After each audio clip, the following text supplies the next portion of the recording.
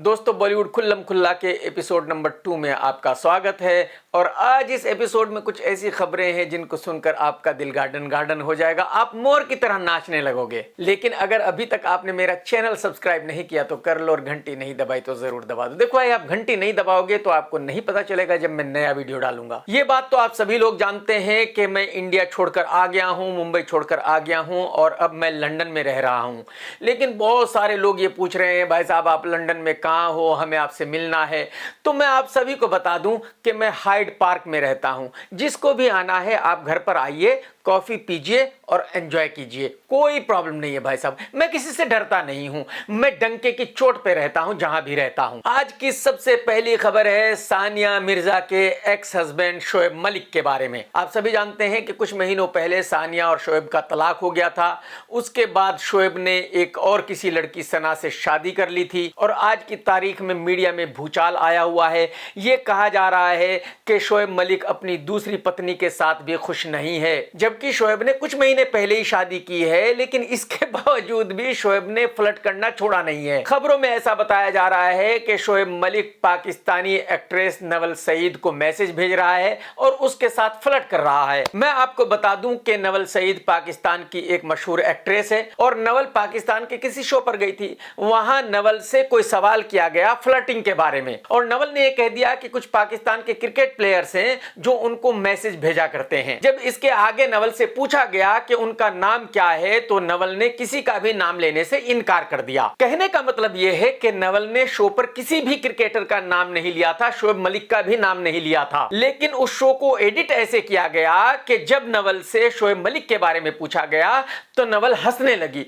तो उससे ऐसा लगता है जैसे कि वाकई शोएब मलिक उनको मैसेज भेज रहा था। तो एक्चुअली हकीकत यह है कि नवल ने शोएब मलिक का नाम नहीं लिया था, लेकिन जो शो है उसको इस तरह से एडिट किया गया जैसे कि वाकई ही शोएब मलिक उनको मैसेज भेज रहा था। मैं यहां यह क्लियर कर देना चाहता हूं कि उस शो पर नवल सईद ने किसी भी क्रिकेटर का नाम नहीं लिया था और नवल का यह क्लियरली कहना है कि शोएब मलिक ने उनको कभी भी ऐसा कोई मैसेज नहीं भेजा। आप खुद ही सुन लीजिए। जी अस्सलाम वालेकुम। आपको पता है किस तरीके से शोज़ एडिट करते हैं? I was completely denying and I also said that I should have taken और said this earlier as well.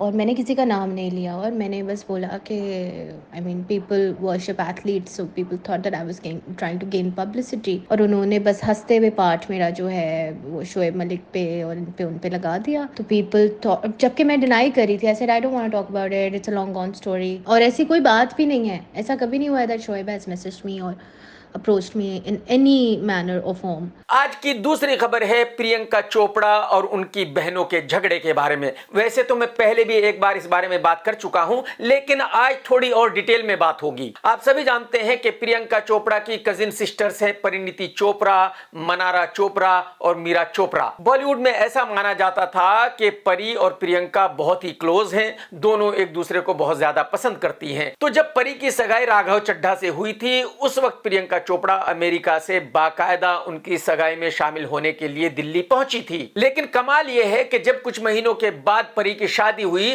तो प्रियंका चोपड़ा नहीं आई थी और तभी से ऐसा लगने लगा था कि शायद दोनों बहनों में खटपट हो गई है, दोनों बहनों में झगड़ा हो गया है। अब ये दोनों एक दूसरे को पसंद नहीं करती है और अब ये बिल्कुल ही क्लियर हो गया है कि चोपड़ा बहनों में बहुत तगड़े वाला झगड़ा हो चुका है और अब ये बहनें एक दूसरे की शक्ल भी देखना नहीं चाहती। एक्चुअली कुछ दिनों पहले चाची प्रियंका चोपड़ा अपने भतीजे निक के साथ मुंबई आई थी। वो इसलिए आई थी कि होली भी थी, कुछ उनके दूसरे भी काम थे और उनका भाई सगाई करने वाला था। तो पहले प्रियंका चोपड़ा मनारा चोपड़ा की पार्टी में गई जहां उन्होंने अपने जन्मदिन की पार्टी दी थी और उसके बाद प्रियंका चोपड़ा अपने भाई की सगाई में शामिल हुई। लेकिन मीरा चोपड़ा और परिणीति चोपड़ा मनारा चोपड़ा की बर्थडे पार्टी में नहीं आई और कमाल यह है कि परिणीति चोपड़ा प्रियंका चोपड़ा के भाई की सगाई में भी शामिल नहीं हुई। इससे क्लियर हो जाता है कि अब ये दोनों बहनें एक दूसरे की शक्ल नहीं देखना चाहती।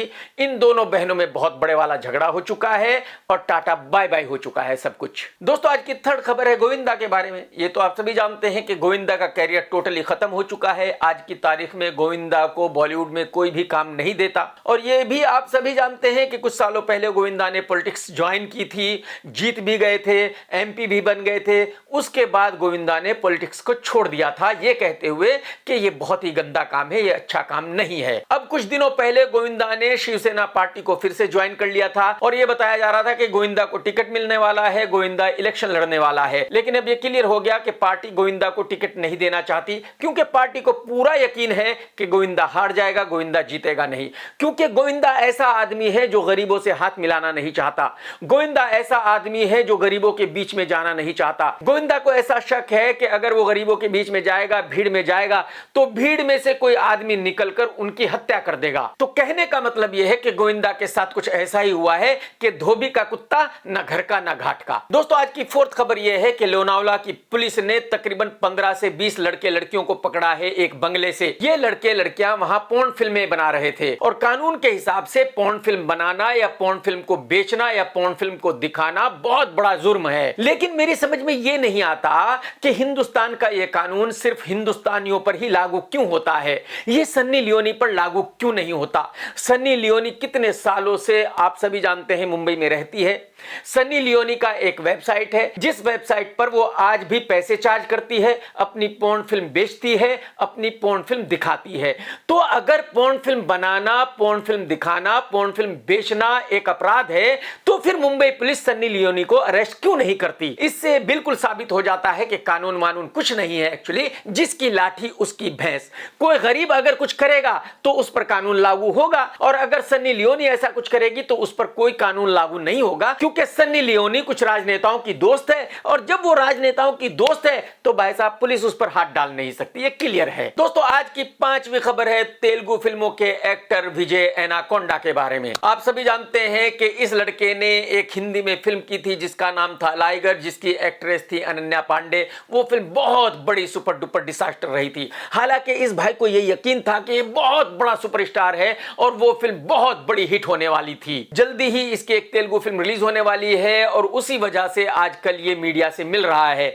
तो जब मीडिया ने इससे पूछा कि भाई साहब आप अब जो फिल्में करते हैं क्या देखकर करते हैं, तो विजय एनाकोंडा ने कहा है कि अब मैंने ये डिसाइड कर लिया है कि मैं नए डायरेक्टर्स के साथ फिल्म नहीं करूंगा, मैं नए एक्टरों के साथ भी फिल्म नहीं करूंगा, मैं सिर्फ उन लोगों के साथ काम करूंगा जिनको एक्सपीरियंस है, जो कम से कम 2-4 फिल्में बना चुके हैं। हालांकि विजय एनाकोंडा बिल्कुल सही कह रहा है, जब तक एक डायरेक्टर 2-4 फिल्में ना बना ले उसको पता नहीं होता कि फिल्म कैसे बनाई जाएगी। लेकिन मैं एनाकोंडा से सिर्फ इतना ही पूछना चाहता हूं कि भाई साहब एक दिन आप भी नए थे और आपको भी किसी ने लिया था, आपके साथ भी किसी ऐसे आदमी ने काम किया था जिसको एक्सपीरियंस था। तो अगर वो आदमी आपको अपनी फिल्म में ना लेता, वो आदमी आपके साथ काम ना करता, तो आज आप एक्टर ना होते। तो मेरे ख्याल में ऐसा कहना बिल्कुल गलत है कि मैं 100% किसी भी नए डायरेक्टर के साथ फिल्म नहीं करूंगा। दोस्तों, आज की 6th खबर है प्रोड्यूसर बोनी कपूर के बारे में।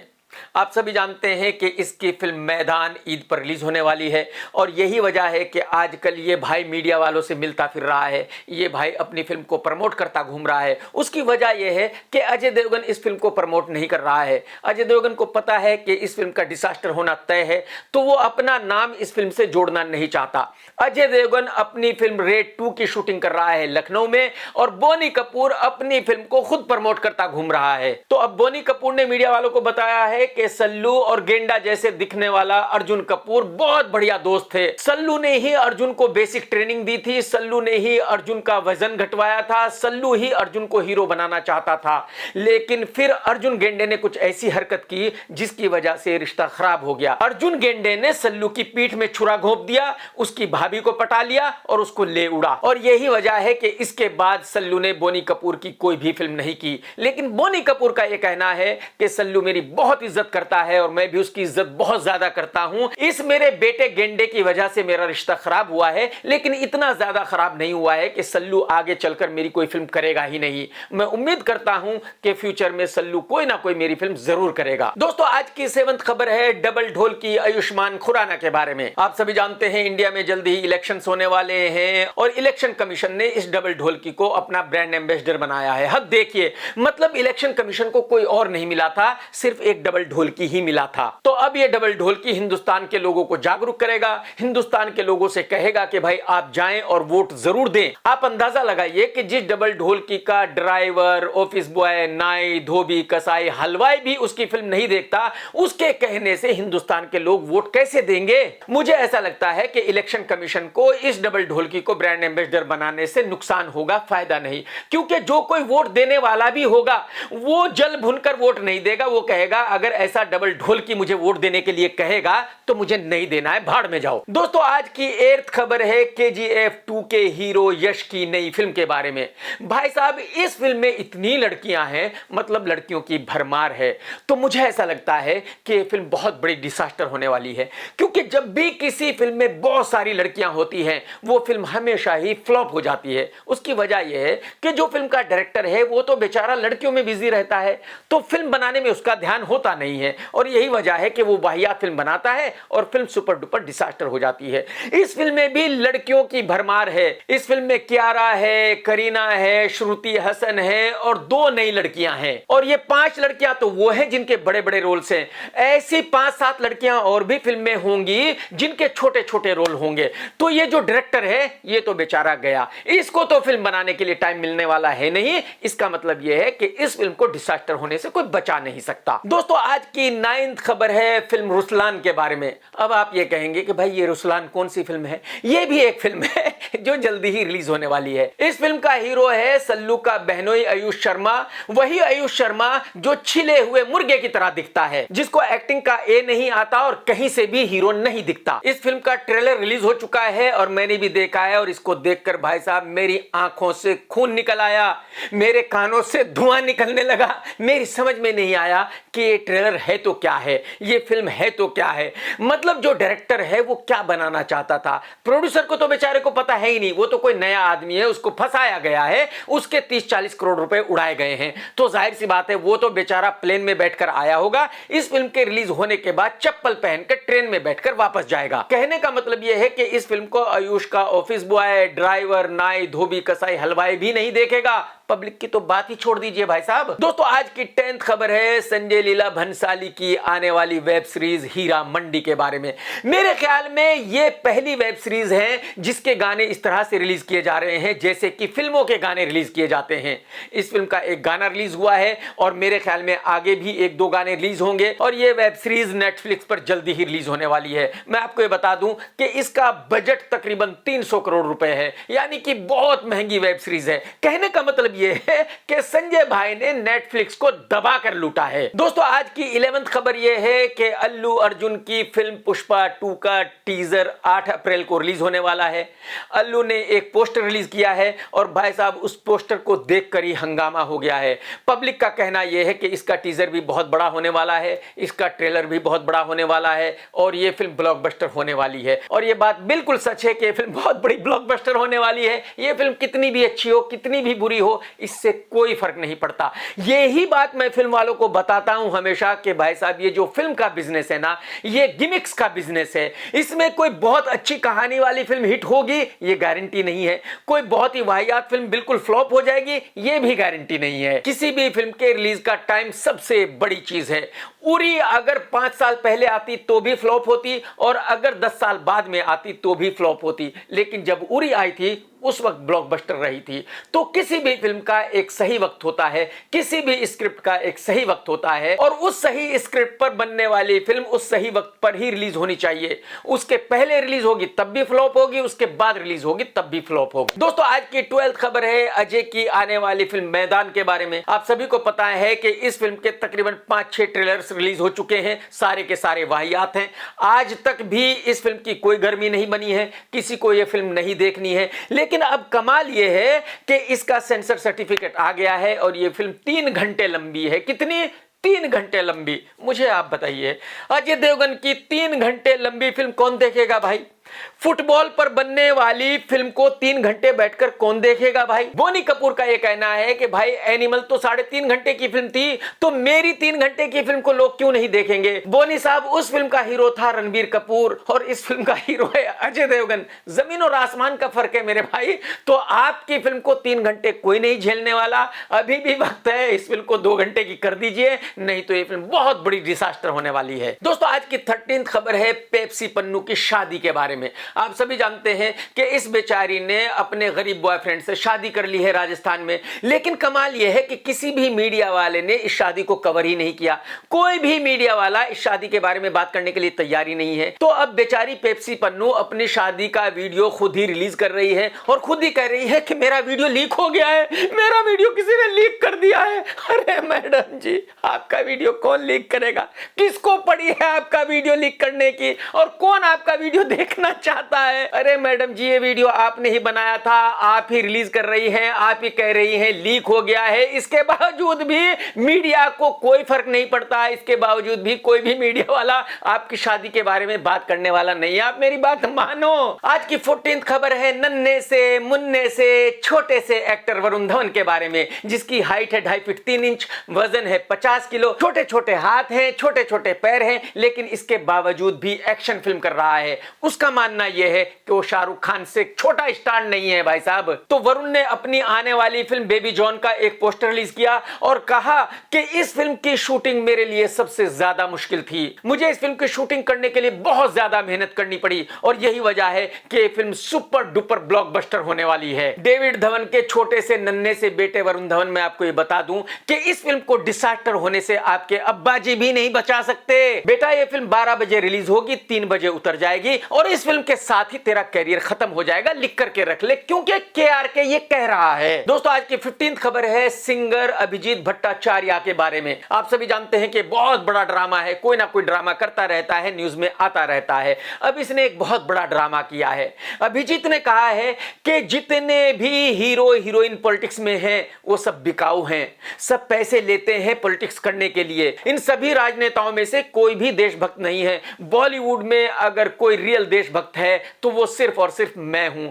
अनुपम खेर बहुत बड़ा ड्रामा है, अनुपम खेर की वाइफ भी बहुत बड़ी ड्रामा है, हेमा मालिनी भी बहुत बड़ी ड्रामा है। कहने का मतलब ये है, इसने ये कहा है कि सब के सब झूठे हैं, सिर्फ मैं ही एक सच्चा आदमी हूं इस बॉलीवुड में। अरे भाई साहब, कुछ तो मर्यादा रखिए गुरुजी, कुछ तो रहम कीजिए, कुछ तो शर्म कीजिए।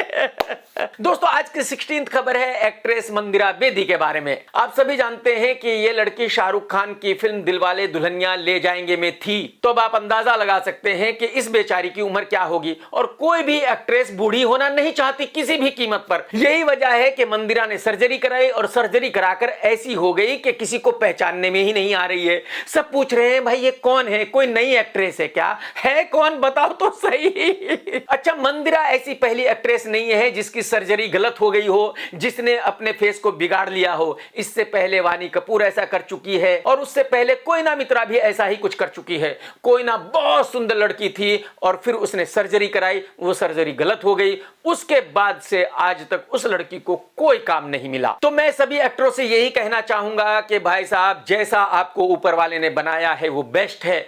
जैसे आप थे वैसे को ही आपको काम मिला है, तो फिर आप अपना चेहरा क्यों बदलवाना चाहते हो? क्या जरूरत है भाई साहब। दोस्तों, आज की 17th खबर है करण जौहर के बारे में, जो आज की तारीख में बहुत ही गुस्से में है, बहुत ही भड़का हुआ है और ऐसी ऐसी पोस्ट कर रहा है कि बॉलीवुड वालों को खूब खरी खोटी सुना रहा है। मैंने अपने पिछले वीडियो में आप लोगों को बताया था कि करण ने एक पोस्ट किया है और उसमें जो बॉलीवुड की हीरोइंस हैं उनको खूब खरी खोटी सुनाई है। अब करण जौहर ने एक और पोस्ट किया है और जो बॉलीवुड के फिल्म मेकर्स हैं उनको बहुत ही बुरा भला कहा है। करण जौहर ने अपनी पोस्ट में कहा है कि बॉलीवुड भेड़ चाल में यकीन करता है, और बिल्कुल 100% सही है। करण जौहर का कहना यह है कि जितने भी एक्टर हैं वो अकल से पैदल हैं। अगर कोई एक एक्शन फिल्म हिट हो गई तो हर एक्टर को एक्शन फिल्म करनी है। अगर कोई एक लव स्टोरी हिट हो गई तो हर एक्टर को लव स्टोरी करनी है। अगर कोई एक कॉमेडी फिल्म हिट हो गई तो फिर हर एक्टर को एक कॉमेडी फिल्म करनी है। और अगर कोई हॉरर फिल्म हिट हो गई तो फिर हर एक्टर को एक हॉरर फिल्म करनी है। इन एक्टरों को इस बात से कोई लेना देना नहीं है कि कौन सी स्क्रिप्ट अच्छी है, कौन सी नहीं है, कौन सी फिल्म चलेगी, कौन सी नहीं चलेगी। ये सभी के सभी सभी अकल से पैदल हैं और यही वजह है कि बॉलीवुड बर्बाद हो रहा है। हालांकि करण जौहर ने जो भी कहा है वो बिल्कुल सच कहा है, लेकिन जानने वाली बात यह है कि करण जौहर अभी ये बात क्यों कह रहा है, पहले कभी ये बात क्यों नहीं कही। उसकी वजह यह है कि आज की तारीख में करण जौहर किसी से नाराज है, किसी पर भड़का हुआ है, शायद किसी ने करण की फिल्म करने से इनकार कर दिया है। दोस्तों, आज की 18th खबर है क्रिकेटर चहल की वाइफ धनश्री वर्मा के बारे में। मैंने अपने पिछले वीडियो में आप लोगों को बताया था कि एक सॉफ्ट पॉर्न फिल्म आ रही है जिसका नाम है LSD 2, जिसको डायरेक्ट किया है दिवाकर बनर्जी ने, और उसी फिल्म का यह भी हिस्सा है। तो अब आप मुझे बताइए कि अगर एक क्रिकेटर की पत्नी एक सॉफ्ट पॉर्न फिल्म में काम कर रही है तो भाई साहब ये शादी कितने दिन चलेगी? मुझे नहीं लगता है शादी चलने वाली है ज्यादा दिन भाई साहब, बस 2-4 साल ही चलेगी, इससे ज्यादा चल नहीं पाएगी। और मैं आपको ये भी बता दूं कि इस फिल्म का जो डायरेक्टर है दिवाकर बनर्जी बहुत ही गंदा इंसान है, बहुत ही घटिया इंसान है, और मी टू में ये बहुत ज्यादा जलील हुआ था। पायल रोहतगी ने बताया था कि इस आदमी ने पायल की लेने की कोशिश की थी और इस आदमी ने पायल को कहा था कि मैंने आज तक अपनी फिल्म में किसी भी लड़की को काम नहीं दिया बिना कंप्रोमाइज किए। तो अब आप अंदाजा लगा सकते हैं कि कितना घटिया आदमी है। मैं आपको बता दूं कि जब फिल्म LSD 2 बन रही थी तो मैंने एक लड़की को इसके पास भेजा था। भाई साहब, इसने डायरेक्ट उस लड़की को कहा था कि कपड़े उतार के दिखाइए मुझे आप, तभी मैं मानूंगा कि आप LSD 2 फिल्म कर सकती हैं। तो अब आप इस बात से अंदाजा लगा सकते हैं कि कितना घटिया आदमी है। और ऐसे घटिया डायरेक्टर की फिल्म में धनश्री वर्मा ने काम किया है। उसको ये फिल्म कैसे मिली होगी, उसने काम कैसे किया है, ये तो उसको पता है, मुझे नहीं पता, लेकिन जो अब तक हुआ है वो मैंने आपको बता दिया है। दोस्तों, अगर आपको ये वीडियो पसंद आया है तो लाइक करना बिल्कुल मत भूलना, और भाई साहब कमेंट्स करके जरूर बताना कि आज का वीडियो आपको कैसा लगा। टेक केयर दोस्तों, tata bye bye, love you, जय हिंद, सत्यमेव जयते।